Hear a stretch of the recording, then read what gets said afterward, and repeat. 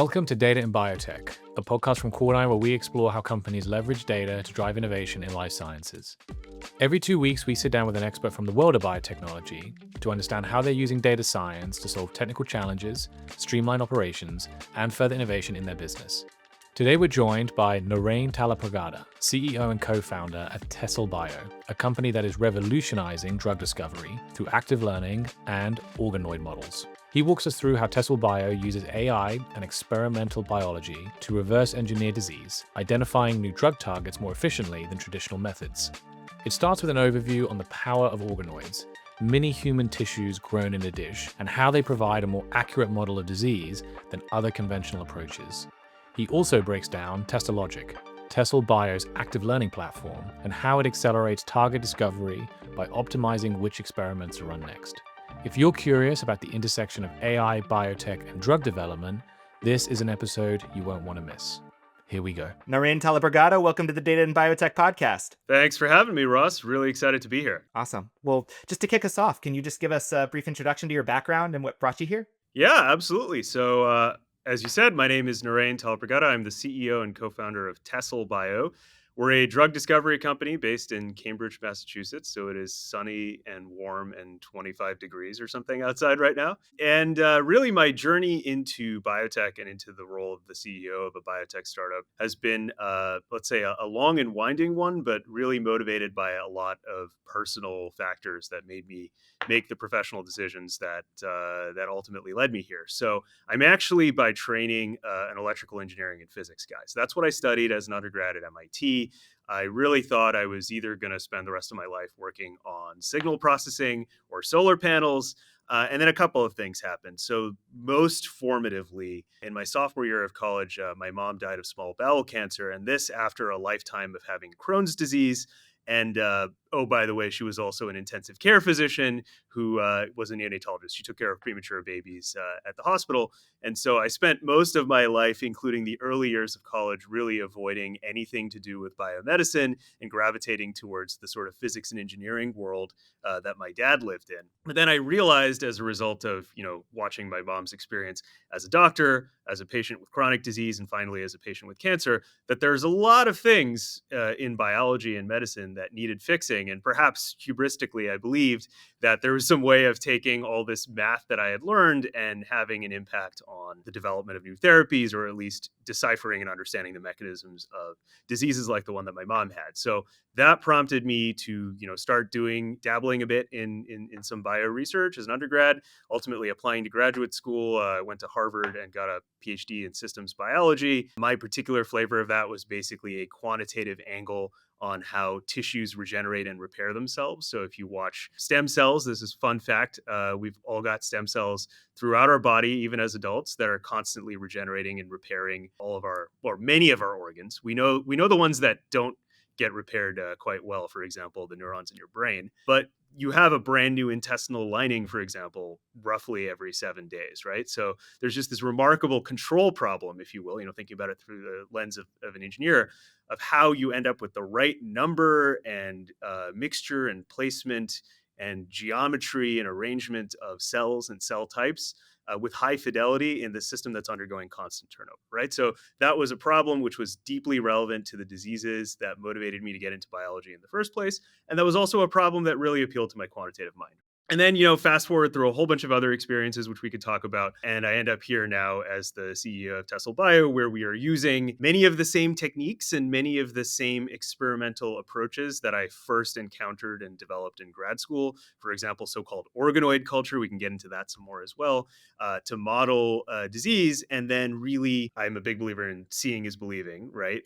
Really trying to observe and understand how cells in a dish are growing and behaving in the context of health and disease, and trying to use that as a very evocative readout and a very information-rich readout of how drugs work and how to make them better, right? So really the path that led me here ultimately has paid off in all sorts of very interesting and unexpected ways. There are things I did in grad school that have suddenly reappeared now, supplemental figures for my PhD, which are suddenly relevant to our work. And it's just a nice reminder that career arcs are long, but in the end, many things seem to happen for a reason. So, anyway, that's perhaps a longer answer to the question of who am I and how did I get here than you wanted, but hopefully one that gives us a lot to unpack. Not at all. And I think where I'd like to go next is just, can you just introduce us to Tessel Bio and maybe a little bit about how your background sort of plays into the way that you do drug discovery and build a platform at Tessel Bio? Absolutely. So we like to say that we reverse engineer chronic disease, or we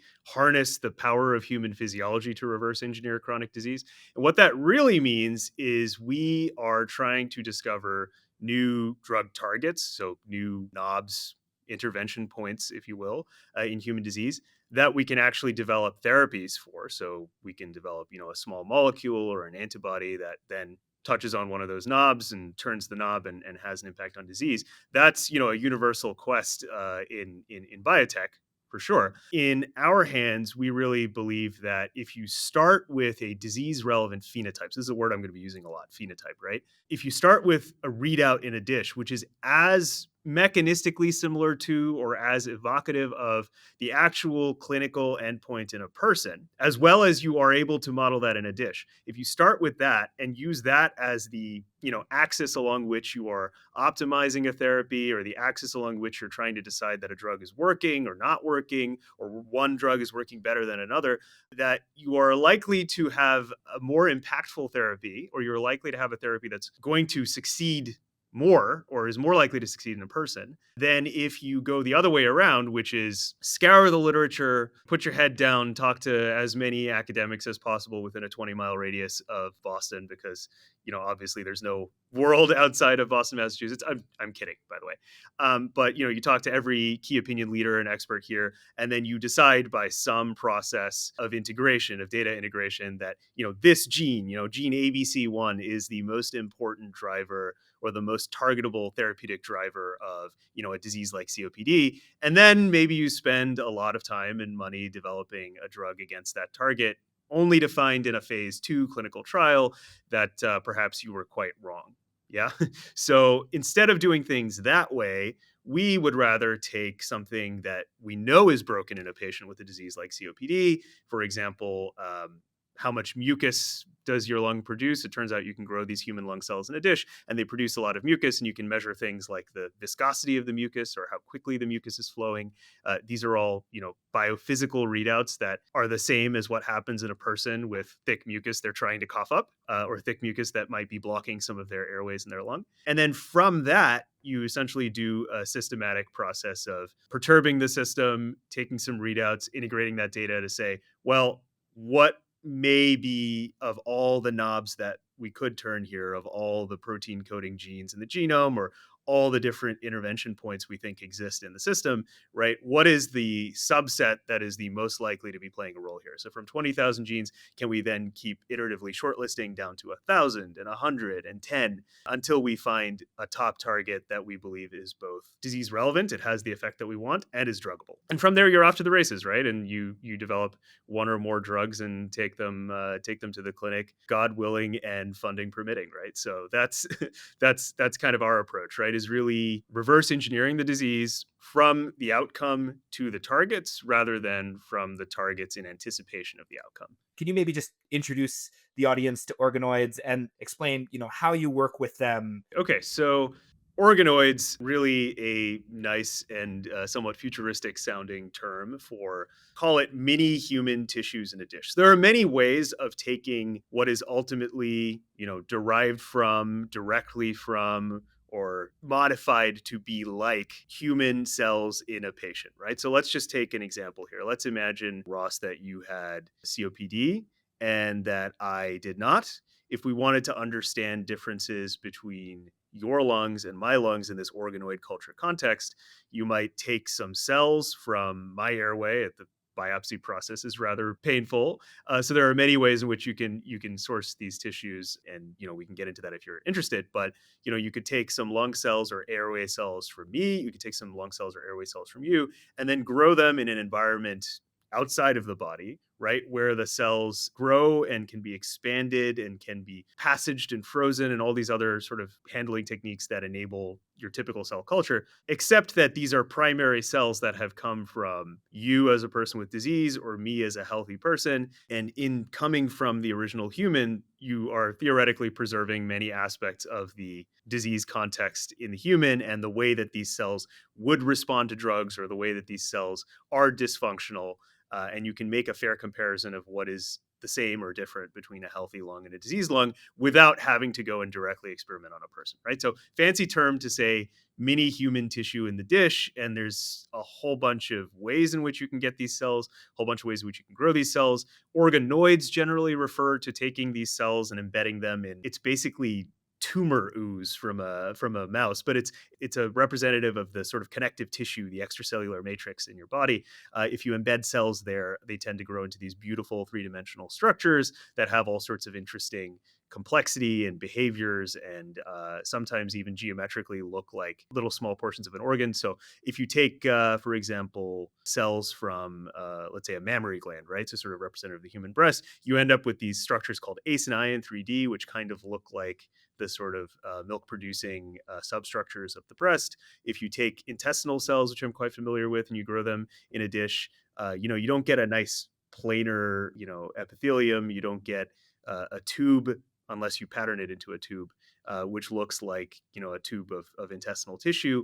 You may know that your intestine sort of has this wavy pattern where you have these long villus-like fingers, which give you a lot of surface area to absorb nutrients. And then you have these smaller horseshoes called crypts, which have the stem cells that, as I alluded to earlier, sustain the entire tissue. And so if you take these cells from a human intestine and you grow them in a dish, then you end up with these little sacs, if you will, right, which contain many of these little crypts, and you can try to coax them to make those villus-like projections as well. And there's all sorts of fun biophysics around when that does or does not happen. But yeah, you basically end up with organotypic cultures, right, that they look the original organ in some ways.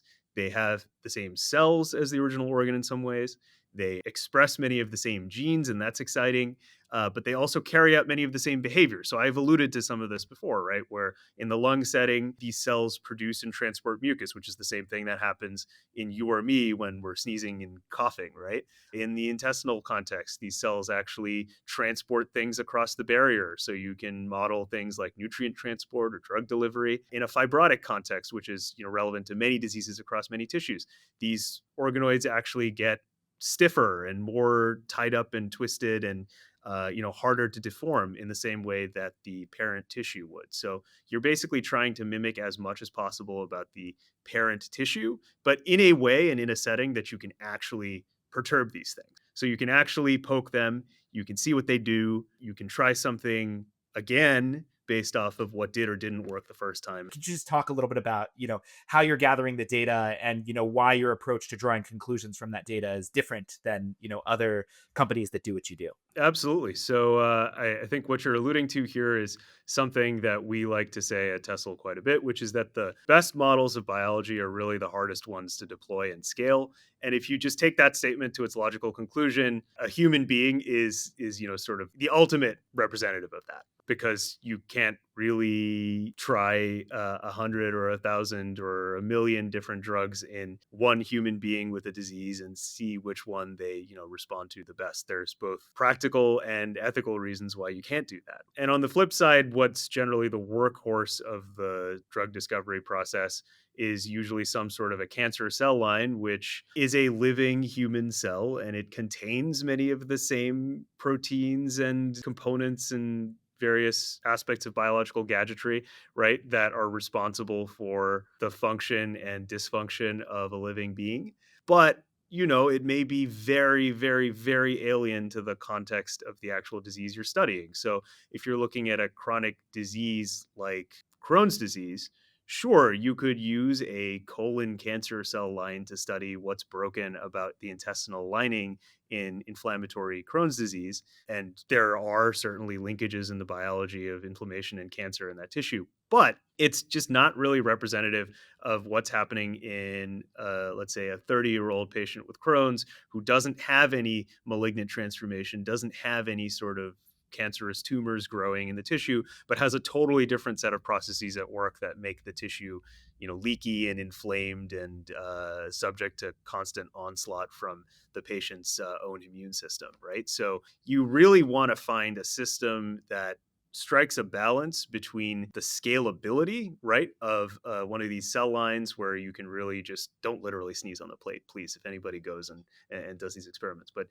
even if you sneezed on the plate, the cells would be okay and they'd keep growing and you could poke them sort of ad infinitum, however you'd like. On the one hand, you want as much of that flexibility as possible, but on the other hand, you want something that's as representative of the human biology as possible so that you're not perturbing and predicting things about the wrong mechanism entirely, right?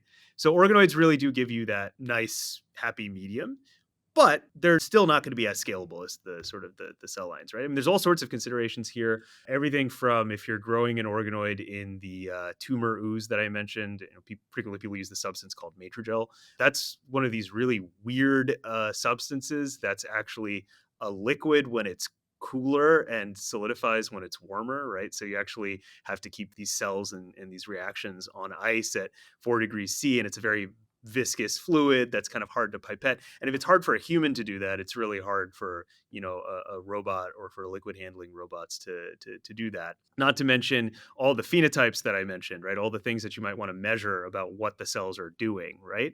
Those are pretty complicated phenotypes, right? So if you want to measure a cancer-related phenotype where you've got a bunch of cells growing in a dish and you add some drug and now they divide less or they grow less or more of them died in response to the treatment, that's actually fairly easy to quantify, and there are ways of doing that in a robotic and somewhat routine way these days. But if you want to measure the speed at which mucus is flowing on top of a complex three-dimensional layer of lung cells, that is a far more experimental readout. It's far more complicated. It's subject to all sorts of technical considerations around, optics and keeping the camera in focus. And it's subject to all sorts of biological and practical considerations, other practical considerations as well. So there's not really this, machine readable SOP that you can just stick into some sort of a robot, set it, forget it, walk away, come back the next day and have, tons and tons of data that you can play with either conventionally or in a machine learning setting.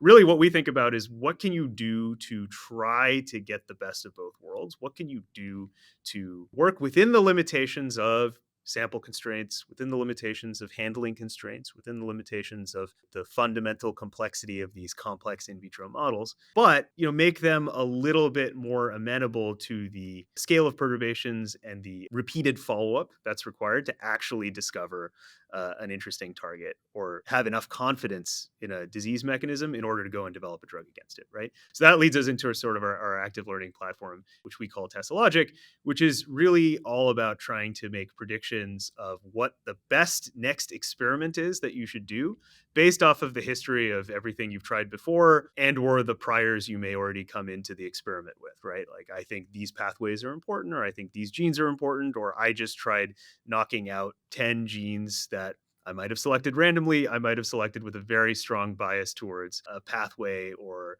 a mechanism that I think is very disease relevant. Whatever the case, wherever it came from, did it come from a machine's prediction or did it come from a human scientist's own brain?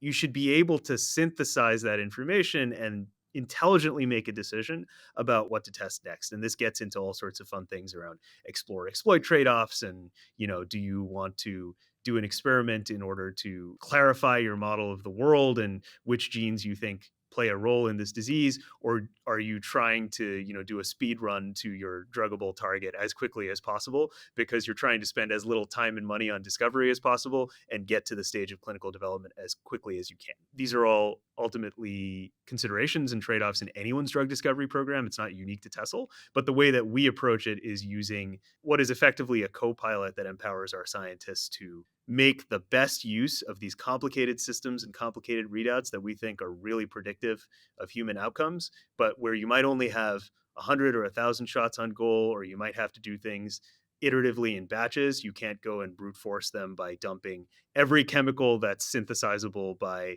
some, vendor somewhere on these cells and then stick it into a robot and hope for the best, right? Hope for a data set that comes out and helps you in a brute force way find exactly the well and exactly the concentration that, is your magical hit for a drug campaign. Yeah. And so, my understanding of active learning is that, basically you're bringing the model into the loop to help you determine what is the data that's going to then inform the model to make better decisions over and over again. And so, the explore exploit trade-off is going with the things work versus, exploring the terrain and understanding what are the elements that you don't necessarily know about where, further opportunities are possible. So, first of all, am I understanding active learning correctly in the context of what you're doing at Tessel? And then, if so, can you talk a little bit about how Tessel Logic sort of integrates into the workflow of how you do target identification? Yeah, absolutely. So, I mean, I think in short, you've got the gist of active learning and how it works and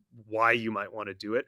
I mean, the sort of the general idea there is should be intuitively understandable to anyone, especially the sort of scientists and data scientists and all in the audience. You might do an experiment because you want to test whether you've made a good prediction or not. If I knock out gene A, right? If I were to go and develop a therapy against gene A, which I will for the moment, model in my experimental workflow as a genetic knockout. I'll just go and take gene A out of this cell system and see what happens to its behavior. If I go and I knock out gene A, I predict that, the mucus flow in this patch of lung cells is going to be 20%. Or I predict that of all the genes that I could knock out, gene A is the best, right? You could do an experiment for that purpose, right? To just go and verify your prediction or to go and see that your rank ordering of drugs is correct or targets is correct. Or you could say, I actually have a lot of uncertainty about the system. And I think gene A is important. I think gene A is connected to gene C.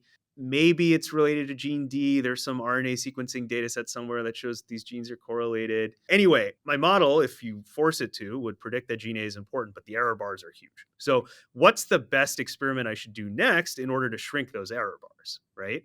Basically. And it may be that in that scenario I just laid out for you, if anyone can actually go back and trace what I just said, gene D is actually the one that you should go and intervene on next because there were all these other data sets and hypotheses that were suggesting that it might play a role. It might be correlated to both A and C, and correlation does not imply causation, but that's a good place to start to look for causal arrows, right? So maybe you should go and hit gene D. And if there is a very strong effect, that tells you one thing. And if there isn't a very strong effect, that tells you another thing, right?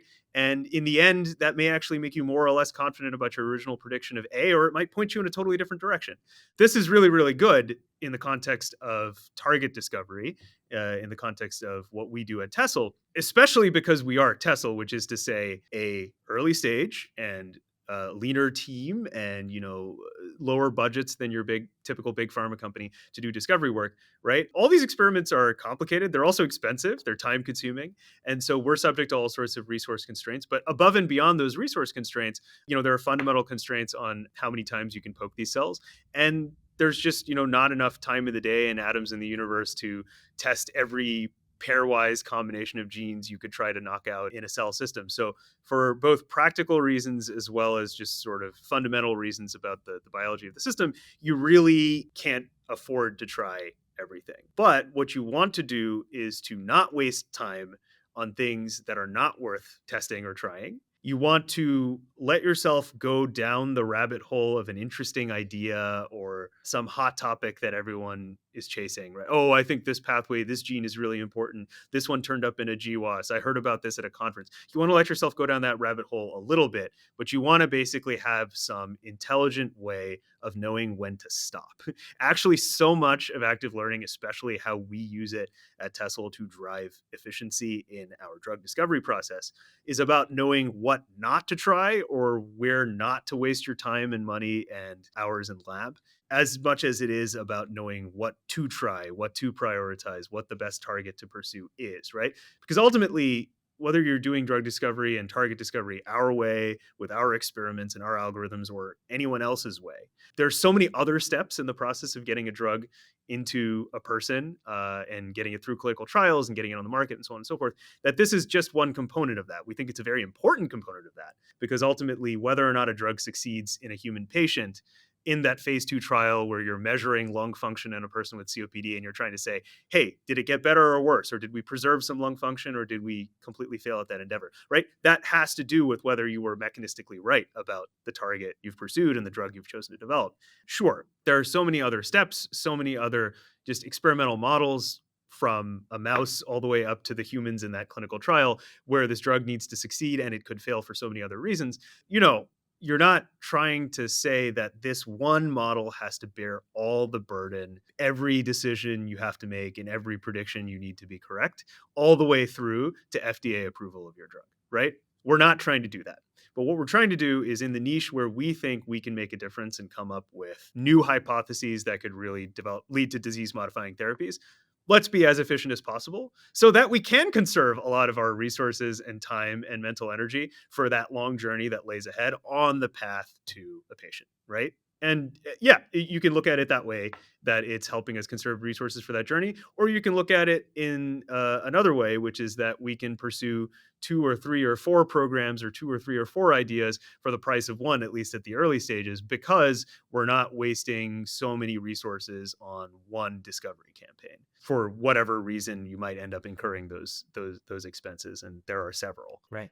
Yeah, no, that makes a lot of sense. And so, my understanding of this is that like somewhere in your model, you need to have sort of a set of the universe of possible perturbations that you might do to the system. And then, some either prior or informed estimate of what the impact of each of those perturbations might be. And then sort of error bars surrounding that impact, across the entire universe of perturbations. Is my mental model of, what information that model has available correct? Or, in what ways are the models that you're using somewhat more complex? Again, your intuition is spot on, right? I mean, you have a parameter space that you are optimizing over, basically, right? And in this particular case, for us, we're saying out of all of the genes that might be interesting drug targets, right, or out of all of the genes that might have some causal effect on the phenotype we're looking at, the mucus transport, the fibrotic stiffness of the tissue, or what have you. Which of those genes is the most likely to have the largest effect size with the lowest uncertainty in that prediction, right? Ultimately, that's what you're after. That's what an optimal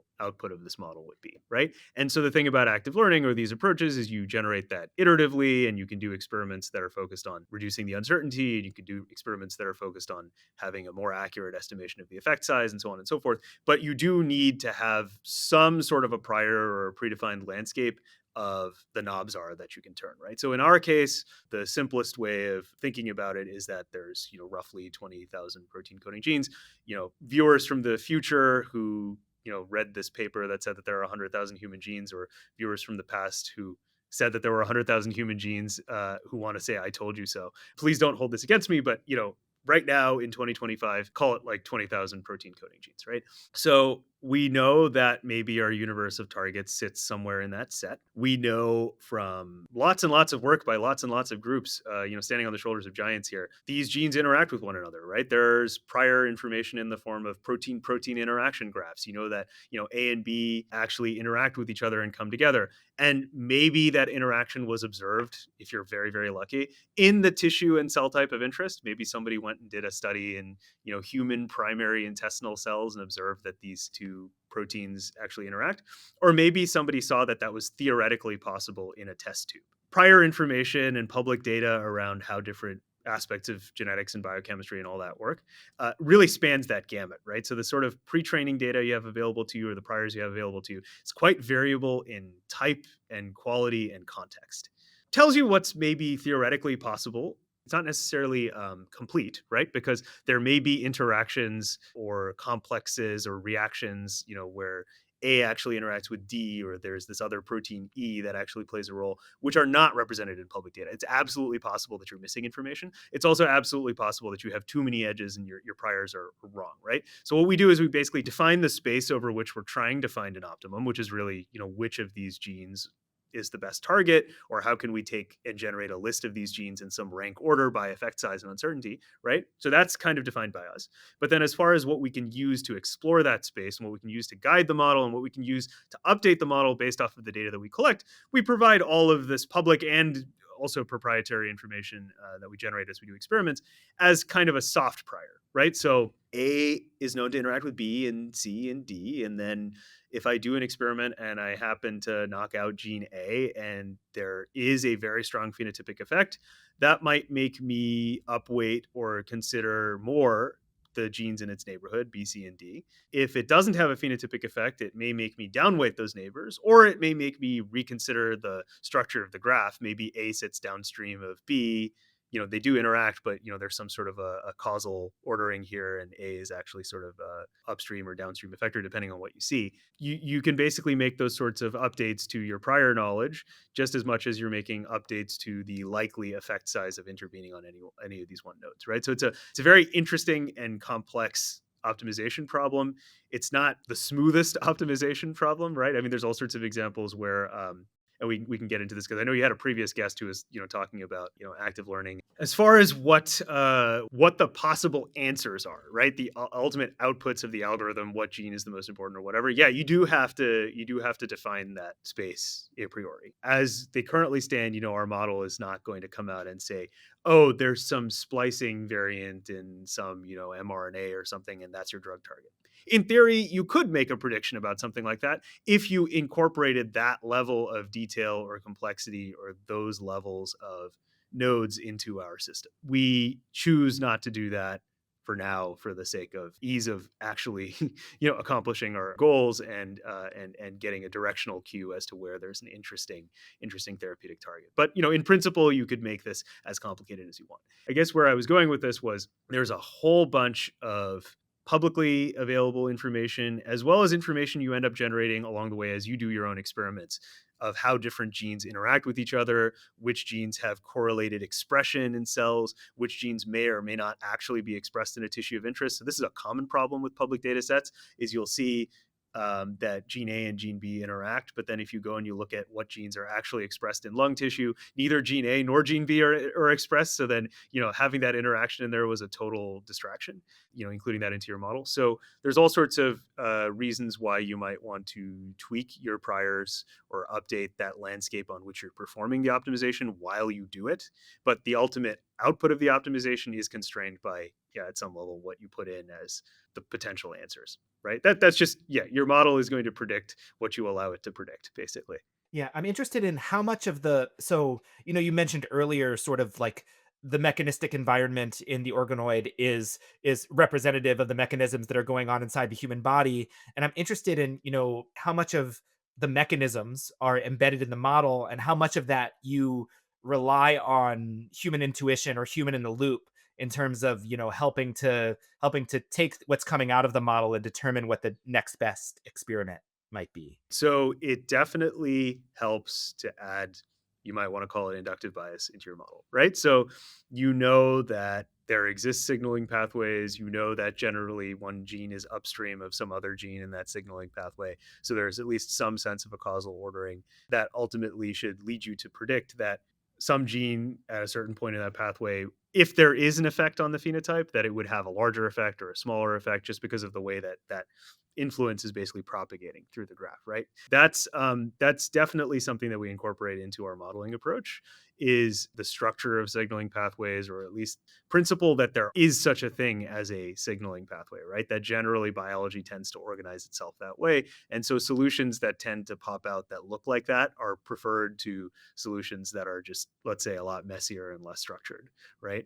So I'd say this works at two levels. So in order to observe that a gene of interest is having an effect on a phenotype of interest, all sorts of things need to be true about the gene, the way that gene is doing stuff in the cells, and the phenotype in the experimental system that you're using. Basically, what I'm saying is the gene needs to be expressed. It needs to have all the partners that it interacts with, the way that information is propagated downstream of that component, or the way that component carries information or carries out some role, need to be, basically similar. And then the thing that you're measuring needs to be similar to what happens in a human being, right? So the ultimate mucus secretion or transport by coordinated action of cells that secrete mucus that's just the right thickness, and cells called ciliated cells that beat and transport that mucus, right? That coordinated action also needs to happen, at least in some sort of locally coordinated, coherent way. So that's where you really lean on the organoids and the cell model and the experiment to make sure that all of the variables, parameters, and components that you might be optimizing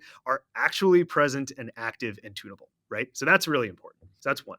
I guess the second is at the modeling level, So I'll give you an example, right? In these lung cells, right? There's this signaling pathway called Notch signaling, right? It's been known for a really long time to have a whole bunch of important roles in a whole bunch of tissues in the body, and this is relevant.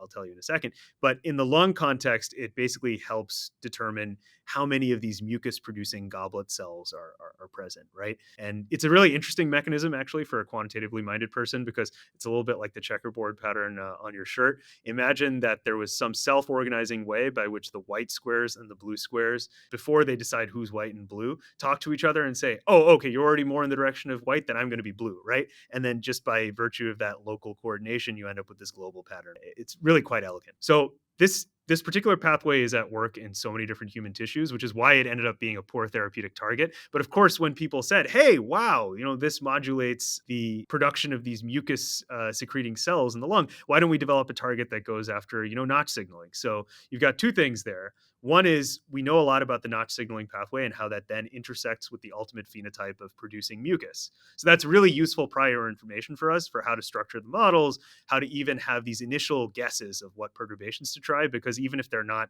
the drug targets, you know that they are going to generate a phenotype. And so if you can measure other data types, or you have a sense of what else might be connected to Notch signaling, like you're off to the races, right? You can find alternatives that are safer, better, whatever. But I guess, yeah, that's the second driver there is a lot of the pathways about that play a role in driving the phenotype are not the ones that you can safely drug, because Notch signaling is just as central to the formation of blood vessels in your body and to the function of your nervous system as it is to this beautiful mucus patterning process I just told you about in your lungs. So you don't want to trade, mucus obstruction and chronic cough for seizures or a vascular tumor or severe diarrhea or any of the other consequences that might happen when you inhibit that pathway. So that is where the signaling pathway gives you a good prior for initial perturbations to try. It gives you a structure on which or from which to start doing, let's call it a local search for other targets, but you're not constrained by that. It just gives you a sense of directionally where to go next. And it integrates or overlaps with human in the loop kind of insights for two reasons. One, the human might say, hey, I remember from grad school or a paper or whatever that Notch signaling is important. So I'm going to try a Notch perturbation, right? That's one way in which a human might help seed the system, seed the active learning process.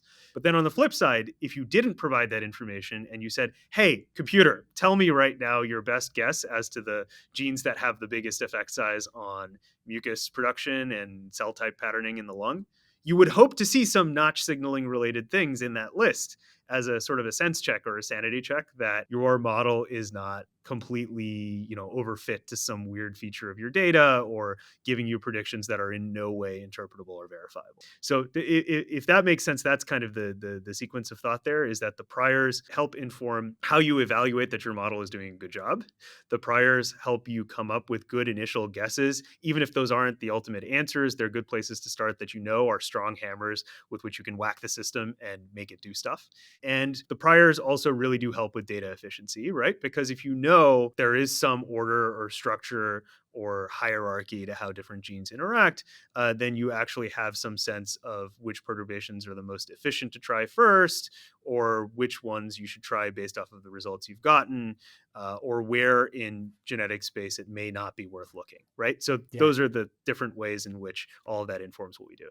No, that's really interesting. And, I want to zoom out a little bit. But before I do, one of the things that your white paper highlights about the TesselLogic platform is, sort of the efficiency gains that you get with this Mhm. active learning type approach. Can you just give us a brief window into what are the efficiency gains you saw and, how you determine what those are? Absolutely. So in our white paper, so the very interesting thing about I'll zoom out even more and give you Sure. sort of a meta Please. comment. So there's two things that I think are absolutely true about AI and bio, and I wish more people sort of focused on this. Is that one, there's more to life than protein folding, really, right? So there's phenotypes like the ones I've been going on and on about, like this mucus secretion and transport by the coordinated action of different cell types that are emerging from the stem cells and how they behave. That's basically one aspect of it. And then I guess the other aspect of it is that because there's so much diversity in what you could measure, there's also not necessarily agreed upon benchmarks for anything under the sun, right? So at this point, if you go and you look at something like an AlphaFold or an AlphaFold competitor, there are all of these, ways of assessing that one model is better than the other, or that one model is more data efficient than the other, or one model, runs faster than the other. There's all these really useful benchmarks. So when it comes to most problems in AI for biology, especially the ones that are focused on the biology, not the chemistry, so focused on the targets and modeling what the cells are doing more so than, did I predict the strength with which this small molecule stuck to this protein, right? In that setting, you kind of have to come up with the benchmarks yourself. So this is a comment to say how we think about benchmarking our performance, right? So the ultimate true honest benchmark of any biology project or target discovery project is, did you then take that target, turn it into a drug, test it in a person, and see that it succeeded in a phase 2 clinical trial? That is the honest way of assessing that your target discovery campaign worked. The problem with that is that takes a long time. It's very expensive. And if you hold yourself prisoner to that benchmark, you're going to go nowhere fast for a long time, or let the naysayers win and just continue to do drug discovery the way that it's done right now, which I would argue has been variably successful. So how do we benchmark our performance on a much shorter time scale with less cost? So one fair head-to-head comparison is really about, well, if I am a discovery scientist and I'm going to do an experiment in a system like an organoid or a cancer cell line or whatever, how much time could I save myself? How many experiments could I have gone without? So that can literally be how much time would I have saved, or how much in the way of reagents did I not need to purchase? How many nucleic acid constructs did I not need to buy? Guide RNAs did I not need to make and stick into cells in order to knock down or knock out some gene? On that time scale of me doing a target discovery screen, where I take a bunch of cells and I hit them with, some sort of a CRISPR knockout strategy, or I hit them with a whole bunch of compounds, right? How many fewer conditions could I have tested to get to the same top answers? And so the best way we could think of to publicly benchmark that was to compare ourselves against settings in which people did these large brute force screens. And there are public databases of these. There's one called BioGridWorks. This is the one that we really highlight in our white paper, where, a lot of people did whole genome screens where they, by various strategies, knocked out or knocked down genes in the genome one by one in a whole bunch of cell contexts. There's a lot of cancer cells in there. There's also, people who were studying secretion of insulin by human, pancreatic beta cells. So there's a cool diversity of tissue types represented there, a cool diversity of phenotypes. But in that setting, right, could you have tried 3,000 knockouts and found the same top 100 targets, right?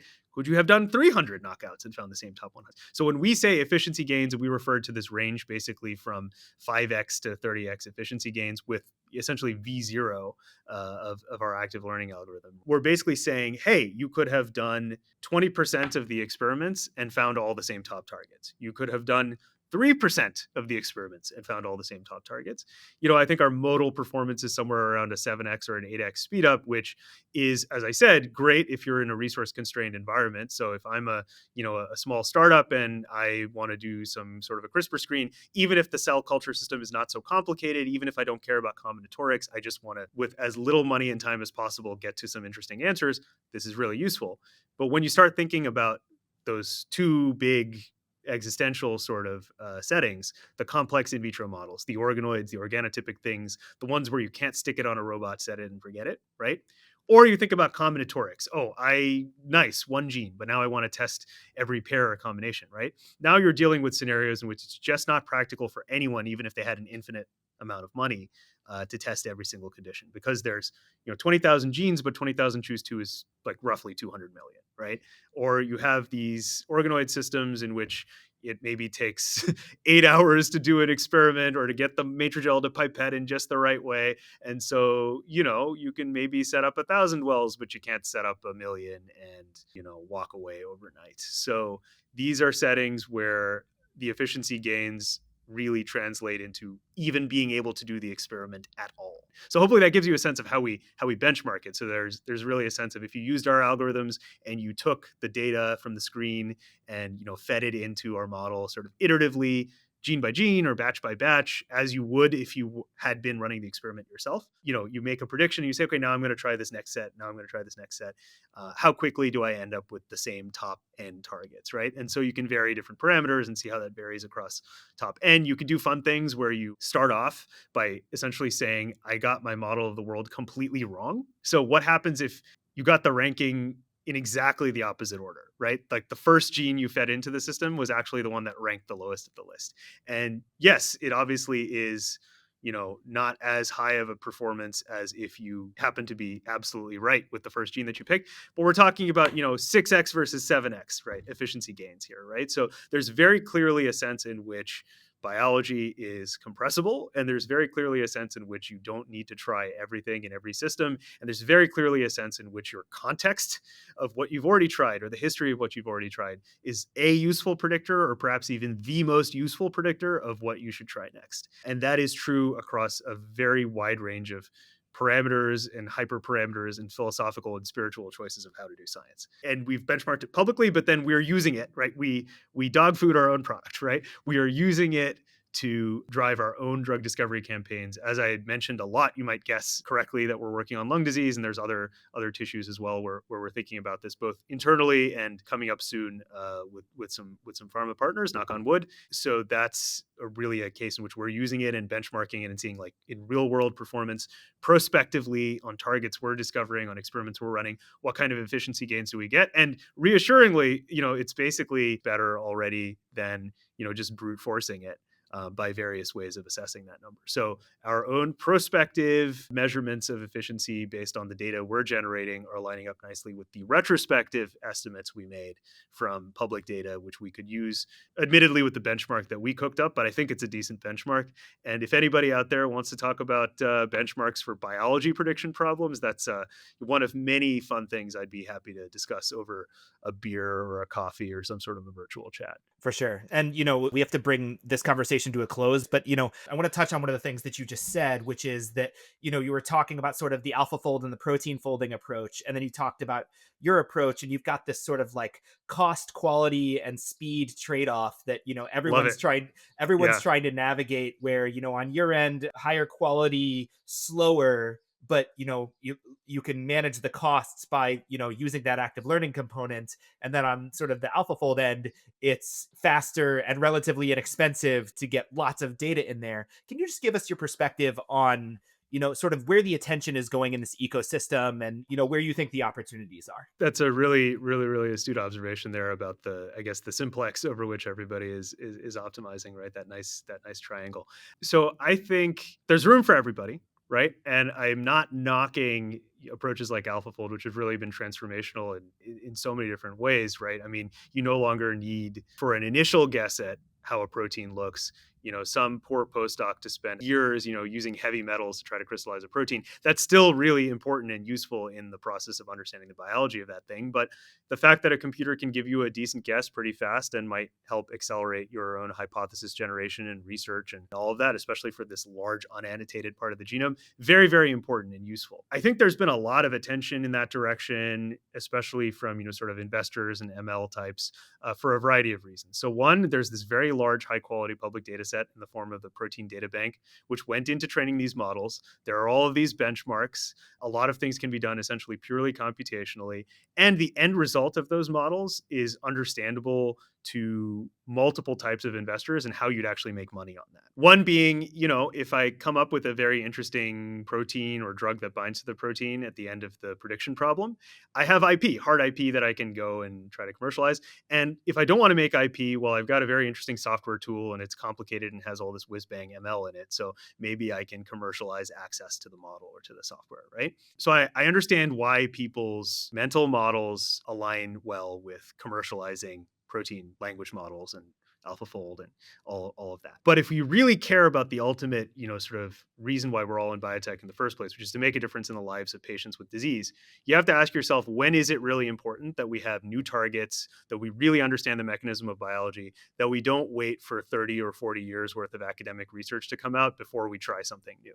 Right? Where can we maybe systematically take a few risks or go a little bit faster in probing new biology, not just the stuff that happens to be served to you on a silver platter in a format that is amenable to computer modeling and in a format that makes sense to the computer scientist's brain, right? So there's no easy answer to that. There's no template for how to take complex, messy, squishy biology problems and turn them into something that is machine learning friendly or accessible to both the engineering and biology communities. But I believe that that is where the key challenge lies for using AI to transform drug discovery and development and make a difference in the lives of people.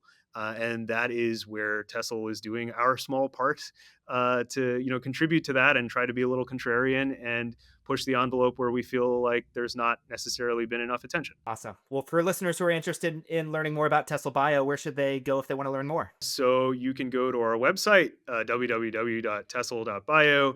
The white paper that Ross has mentioned is linked there. You can always email me at Naren, Naren, at Tessel.bio. I'm also occasionally active on Twitter, and you can hit me up there at Tallapragada. So 3 different ways you can reach out. And I do encourage you to reach out, whether you're interested in just discussing some of the ideas I've brought up here, or think you might have something useful to contribute to our team or the effort that I have put forth in today's conversation. Well, Naren, it's been a pleasure having you on the podcast. Really appreciate the time and look forward to connecting down the line. Yeah, thanks so much, Ross. Really appreciated that. And really loved the opportunity here to speak with you today.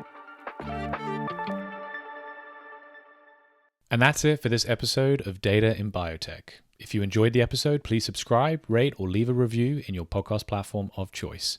See you next time.